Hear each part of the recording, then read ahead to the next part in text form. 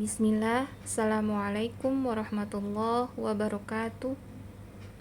Alhamdulillah, wassalatu ala rasulillah wa ala alihi wa sahbihi ajma'in, amma ba'du. Alhamdulillah, hari ini Allah masih mengizinkan kita, memberikan kita usia dan waktu luang sehingga kita bisa menyambungkan kembali materi kita, materi makharijul huruf dan sifatul huruf yang masuk ke huruf berikutnya, yaitu huruf jim. Nah, huruf jim ini makhrajnya keluar dari bagian tengah lidah bertemu dengan langit-langit atas. Bertemu ya. Posisikan seperti pada gambar, yaitu lidah kita bertemu dengan langit-langit di bagian atasnya. Ja, ya. Ja, aj. Ya, coba kalau disukunkan, aj tanpa dikolkolah. Jadi harus persis bertemu tengah lidah, bertemu dengan langit-langit di atasnya. Jangan sampai melenceng lidahnya, bergeser jadi naik ke atas ataupun turun ke bawah, tidak persis di tengah-tengah. Bunyinya nanti akan berbeda. Tidak ja, aj. Bisa jadi bunyinya ca, ya. Itu bergeser. Ca, ci, cu. Itu seperti ada huruf C-nya kalau di bahasa Indonesia, sedangkan huruf jim tidak seperti itu bunyinya. Ja. Coba kita rasakan lidahnya. Kalau misalkan disukun aj, ya, sudah persiskah di tengah lidah? Jika masih suaranya tidak terdengar, masih terdengar ada bunyi-bunyi ja, ataupun terlalu ditekan di bagian pinggir menjadi ja, ji, ya. Ini kita harus belajar berulang-ulang, harus dilatih terus sampai posisi makhrajnya huruf jim sesuai, yaitu di tengah lidah bertemu dengan langit-langit di atasnya. Ja, ji, ju, aj, ya, sebelum dikolkolah. Aj, ya, jangan dikolkolah dulu. Nah, kalau misalkan posisi suara jim kita masih belum seperti itu, kita perlu latihan. Latihannya berapa lama? Mau sehari, 2 hari, 3 hari, seminggu, dan seterusnya. Yang pasti kita harus bersabar. Nah, caranya kalau misalkan masih suaranya seperti ca, ya, belum ja. Nah, huruf jim ini kan makhrajnya sama dengan huruf ya dan shin. Nah, kita perlu menggandengkan tuh huruf jim tersebut untuk belajar supaya benar nggak posisinya sudah di tengah-tengah lidah. Bedanya kan kalau huruf ya itu kan tidak menempel, sedangkan huruf jim itu menempel pada langit-langit atasnya. Ya, ja, begitu sampai terus berulang-ulang. Misalkan kita sambil kalau perempuan ya, kalau akhwatnya sambil nyetrika misalkan, atau sambil ngomong adik bayi ya, bisa dicoba. Ya, ja, terus berulang-ulang. Sifat huruf jim yang pertama adalah jahar. Jahar artinya adalah udara atau nafas tertahan. Jadi ketika kita melafalkan huruf jim, jangan sampai ada udara atau nafas yang bocor. Nah, maksudnya nafas bocor itu apa? Yang tadi saya sebutkan di makhraj. Jadi seperti ada ca, itu nafasnya bocor. Sedangkan harusnya ya udara atau nafas tidak bocor, tertahan. Ja, ya, itu tertahan. Yang kedua adalah sifatnya syiddah. Suara tertahan tetapi tidak terputus karena jim memiliki sifat qalqalah, ya. Salah satu sifatnya nanti yang saya akan jelaskan yaitu qalqalah. Nah, sekarang untuk syiddahnya suara tertahan tapi tidak diputus ya suaranya. Aj. Nanti nyambung ke qalqalah. aj, nyambung ke qalqalah ya. Jadi suaranya cukup tertahan tapi tidak diputus. Sifat jim yang selanjutnya adalah istifal. Istifal artinya suara diarahkan ke bawah, kemudian ke arah depan atau ke arah luar. Jadi jangan diarahkan ke arah atas, karena huruf jim itu dibaca tipis. Ja, ji, ju. Jangan dibaca jo, ji, ju, ya, tebal. Tapi harus dibaca tipis. Ja, ja, ja, ja.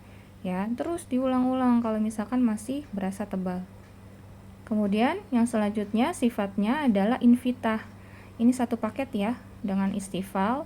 Ketika suara jim itu tipis, berarti otomatis harus dibacanya suaranya tidak terkepung di dalam lidah dan langit-langit. Tidak jo, tapi ja, ja, ya, dibuka. Suaranya tipis dan terbuka. Jadi suaranya tidak terkepung di dalam mulut, di antara langit-langit dan lidah. Sifat huruf jim selanjutnya adalah qalqalah. Qalqalah adalah getaran suara saat mengucapkan huruf muqalqal. Huruf muqalqal itu ada huruf apa? Huruf yang 5, huruf qalqalah yang 5. Nah, kita sudah bertemu, sudah membahas dua huruf ba dan huruf jim.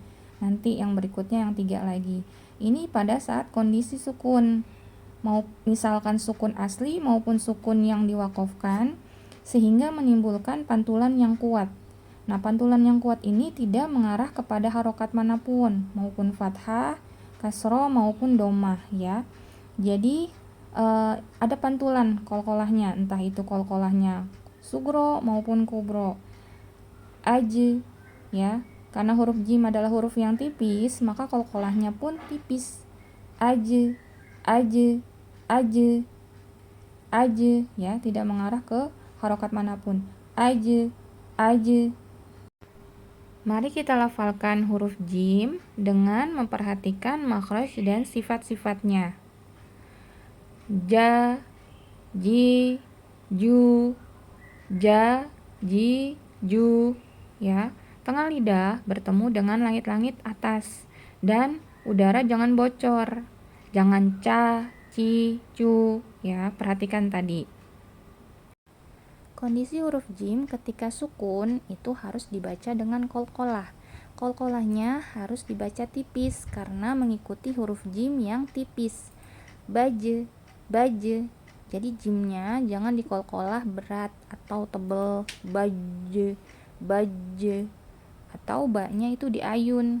Baje, baje, gitu ya. Jadi tidak langsung masuk ke huruf jim yang sukun itu tadi, qalqalahnya tidak langsung masuk.